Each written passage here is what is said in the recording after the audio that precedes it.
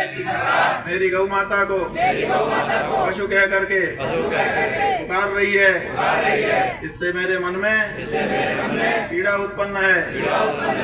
मेरा कहना है कि जल्द से जल्द पशु सूची से मेरी गौ माता का नाम हटाओ, माता का दर्जा देकर दर्ज करो।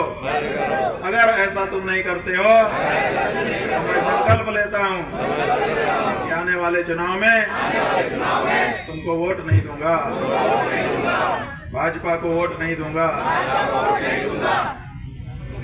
हमारे कहने से कह दिया कि अपने मन से कहा। जिसने अपने मन से कहा हाथ उठा लो। ठीक है, तब अपने मन से कहा है तो इसको गांठ बांध लो।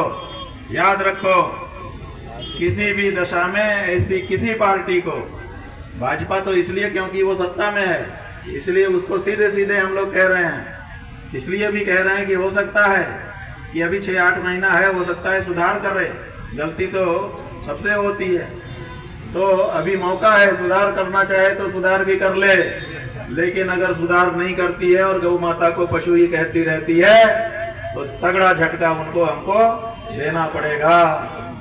वोट के नहीं, फिर वो छोट के अधिकारी हो जाएंगे।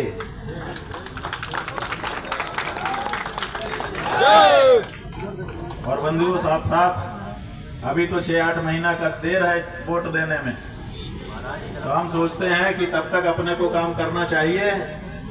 एक नोट का अभियान चलाना चाहिए। एक नोट अभियान, एक नोट सबको अपने अपने जेब से निकालना है। कौन कौन तैयार हो? हाथ उठाओ। कोई भी एक नोट, 1 रुपए का सिक्का भी निकाला तो चलेगा।